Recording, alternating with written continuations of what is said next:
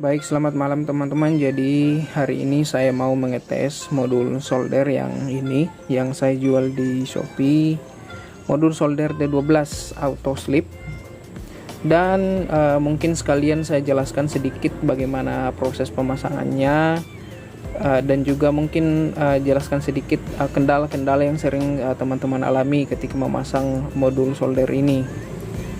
Jadi varian yang saya tes ini adalah varian switch stand solder. Jadi ada kabel yang menuju ke stand solder sebagai pemicu untuk slipnya. Jadi mungkin saya tidak menggunakan gagang, tapi saya langsung sambungkan seperti ini supaya teman-teman bisa lihat arah kabel dari konektor ini ke gagang solder. Nanti teman-teman sesuaikan saja. Jadi pada modul itu ada dua konektor yang perlu diperhatikan, yaitu konektor yang atas ini dan konektor yang bawah ini yang 3. Nah, yang atas ini sesuai dengan skema yang ada di postingan Shopee. Ini adalah input tegangan yang diberikan kepada modul, input tegangan DC. Di sini yang paling atas adalah negatif dan yang ini positif. Nah, teman-teman boleh memberikan tegangan kira-kira 15-24 volt maksimal. Kemudian pada konektor yang ini ada 3 pin. Yang pin paling atas ini itu positif elemen. Jadi nanti disambungkan ke yang ini kabel merah, disambungkan ke positif elemen yang ada pin paling atas ini. Kemudian pin yang tengah ini ada 2 pin di sini. Jadi pin ini ada 2 kabel yang menuju ke sana, yaitu coklat dan orange. Saya kasih warna seperti ini. Jadi ini masing-masing menuju ke ini bodi dari gagang solder atau jalur E, dan juga negatif elemen yang ini, yang tengah ini negatif. Nah, kira-kira seperti itu saja. Kemudian masih ada 1 pin yang paling bawah ini. Nah, ini menuju ke stand solder. Jadi tentunya stand solder ini saya bor, kemudian saya kasih kabel ke sana supaya dia menyentuh langsung ke besi stand solder, bukan cat dari stand solder ya, tapi besinya langsung, supaya nanti akan tersambung ke besi yang terhubung juga ke negatif elemen tadi, yang ini jalur E tadi. Nah, itu yang kemudian memicu terjadinya slip pada soldernya. Nah, kira-kira seperti itu penjelasannya. Mungkin saya coba nyalakan terlebih dahulu. Ini ada displaynya, kemudian ada potensionya juga.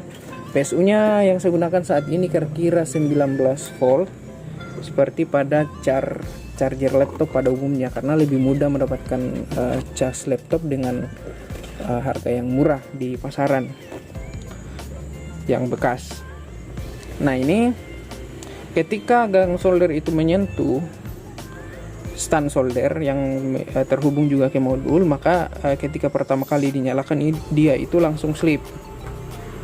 Nah, namun kalau teman-teman menyalakan modul dalam keadaan gagang tidak tersentuh ke stand solder, pasti dia akan langsung hidup, teman-teman. Kira-kira seperti itu. Jadi di sini ada displaynya, kemudian di sini ada potensionya juga yang digunakan untuk mengatur suhu ya.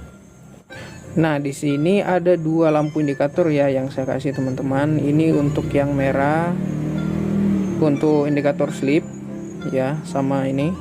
Dan ini yang warna hijau, biasa juga saya kasih warna biru. Nah, ini untuk indikator proses pemanasan pada elemen solder ini. Nah, coba kita angkat bagaimana. Nah, ketika diangkat maka dia akan menyala, teman-teman, dan lampu hijau ini juga menyala, dan ini akan mati nyala. Kenapa mati nyala? Karena itu sesuai perintah dari modul. Ketika dia sudah panas, maka modul akan menggantikan suplai listrik ke elemen supaya suhunya stabil di suhu yang kita atur di display ini, jadi tidak melebihi. Kalau disuplai tegangan secara terus-menerus tentunya akan melewati dari yang disetting. Dan kalau suhu 300 itu sudah sangat panas harusnya teman-teman, sangat panas ya.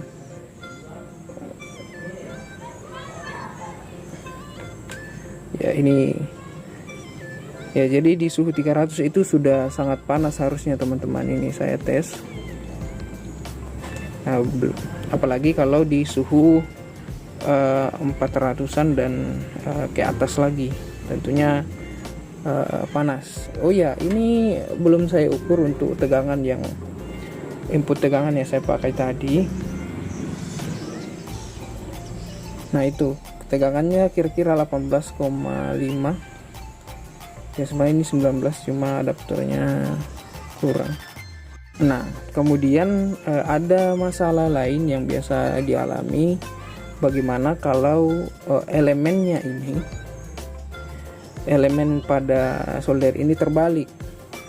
Jadi teman-teman sering mengalami mata soldernya itu memerah, membara sampai benar-benar ada yang putus.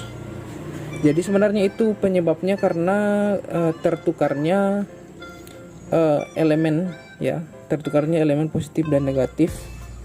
Jadi saya coba praktekkan saja bagaimana terjadi. Jadi ketika tertukar elemennya, maka potensio untuk mengatur suhu ini tidak akan berpengaruh untuk mengatur suhu yang ada di elemen solder ini, karena modul ini mengandalkan feedback suhu dari elemen ini. Nah, sekedar informasi juga, kalau kita tidak memasang gagang solder ataupun tidak memasang elemen ini, maka lampu hijau ini tidak menyala teman-teman, dan dia hanya menyala kalau kita sentuh seperti ini. Nah itu dia tidak menyala karena ya itu tadi, modul ini mengandalkan feedback yang masuk ke dalam modul. Ini yang positif saya coba sambungkan di elemen negatif, dan yang negatif tadi sambungkan ke positif. Nah apa yang terjadi kira-kira? Tentu saja lampu hijau ini menyala teman-teman, dan ini tidak akan berfungsi teman-teman, dia tetap menyala. Nah itu dipastikan error. Saya coba matikan untuk pencahayaannya, dan harusnya ini itu sudah mulai sangat panas, dan harusnya ini akan memerah teman-teman.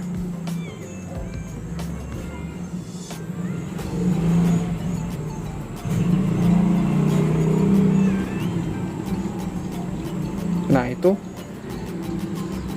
untuk mata soldernya sudah mulai memerah. Itu tidak mungkin suhu 166 itu mata solder memerah. Ini saya lepaskan dulu karena ini sebenarnya bisa merusak modul ya, bisa merusak modul apabila terjadi secara terus menerus. Mata solder juga bisa putus teman-teman kalau terjadi secara terus menerus dan dibiarkan. Nah itu tentunya error ya teman-teman, dan teman-teman perlu melakukan pengecekan sambungan. Kemudian biasa juga kalau sudah seperti itu, bisa memutuskan MOSFET yang ini kalau dibiarkan secara terus menerus, dan sekalipun sudah benar untuk penyambungan kabel ini, kalau MOSFET-nya putus, itu juga akan membuat mata solder ini memerah, karena MOSFET ini kan harusnya dikendalikan oleh modul, tapi karena dia rusak atau nyambung atau short, maka arusnya akan tembus secara terus menerus menuju ke elemen, dan itu juga pasti akan memerah. Kira-kira seperti itu saja. Untuk slipnya itu bisa diatur di sini untuk waktu slipnya atau jeda slipnya ketika diletakkan ke gagang solder. Nah ini juga ada trim pot kalibrasi di sini. Biasanya saya menggunakan trim pot yang model seperti ini, tapi kebetulan stoknya habis, jadi saya pakai yang seperti ini. Itu tidak ada masalah. Nah itu bisa dilakukan dengan menggunakan trim pot ini, kalibrasi suhu, kalau memang teman-teman ingin mengharapkan presisi suhu dari output modul ini. Kira-kira itu saja teman-teman penjelasannya, karena banyak yang kurang paham tentang penyambungan elemen solder ini. dan akibat-akibat yang terjadi jika salah menyambung mata soldernya atau menyambung instalasi khususnya yang di bagian soket-soket ini. Kalau salah penyambungan itu bisa terjadi error atau bahkan modulnya bisa rusak, teman-teman. Oke, kira-kira seperti itu saja yang perlu saya jelaskan terkait dengan modul ini. Kalau ada pertanyaan yang lebih lanjut, silakan teman-teman tanyakan di kolom komentar. Terima kasih.